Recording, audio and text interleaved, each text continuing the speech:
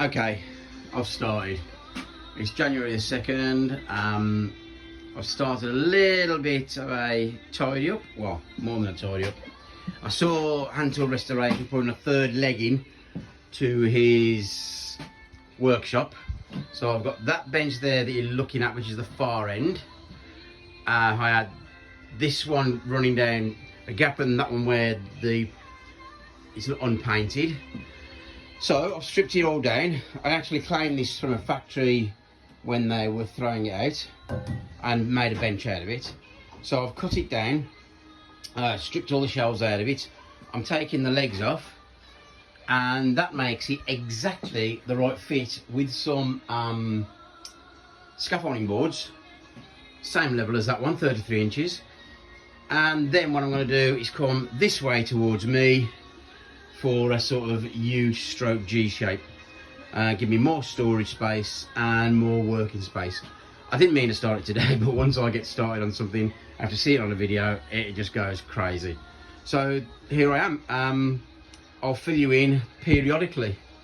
There's some of the boxes of tools that I've got to do up, clamps, rags and bits and dabs, all sorts of stuff knocking about. So yeah, it's all going to get done, and hopefully I'm going to periodically run a video by you and we'll see where we get. I've taken the the legs, that's one of the legs, or two of the legs there, off the metal frame. Remember, this was using a factory before until I used it. I put the old shelf on the bottom that I made back on, so there's my shelf at the bottom, and I've used the 3 old scaffolding boards from previously, but I've brought it down to 33 inches. So I've measured 26 inches to here, and this is going to be open, and I can shove my chop saw in there and a shelf for a couple of boxes. And I'll come out to here, but I'm not exactly sure whether I'm going to do 5 foot or 6 foot yet. Depends what I've got up the garden. So yeah, that's what it's going to sort of look like. Plenty of room for shelving. Yes, I'm going to lose a little bit of space under there, but that can be stuff that I don't access or need to access too often.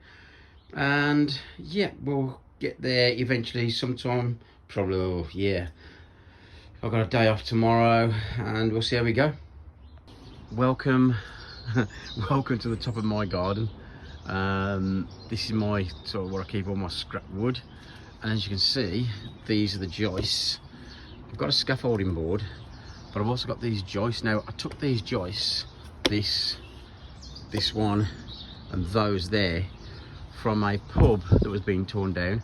So they are probably about 200 odd years old. I'm actually reluctant to use them for a workbench, but like my missus said, what am I going to use them for? You know, I've got plenty of storage grey boxes. There's my compost heaps and another shed. So yeah, it looks like I'm going to be using the 250-year-old wood. So there is the U shape, and there is the scaffolding plank with a old timber on it. Needs cleaning up, obviously. It's a tad damp. I'll leave it to dry out for a couple of days, and it's going to be okay, that's not the correct height. Well, there is a gap so I can walk around. So yeah, I think it's going to be cool, man. Yeah, looking forward to it. Right, I've been up to the garden, as you saw. There's the 3 7x2 joists, timber that I've got. Like I said, from a pub down a place called the Delph. It was a very old pub, and they were going to burn all this wood until I turned up in my van, loaded it up, and there we have it. So I'm going to leave that to dry for a couple of days. Obviously I'll have to sort the wood out. There's a lot of nails and clips and what have you in it, and we'll take it from there. So this is part 1. Thank you, Mr. Hand Tool Restoration, for setting me off on this course. Once I started, I couldn't stop. That's it.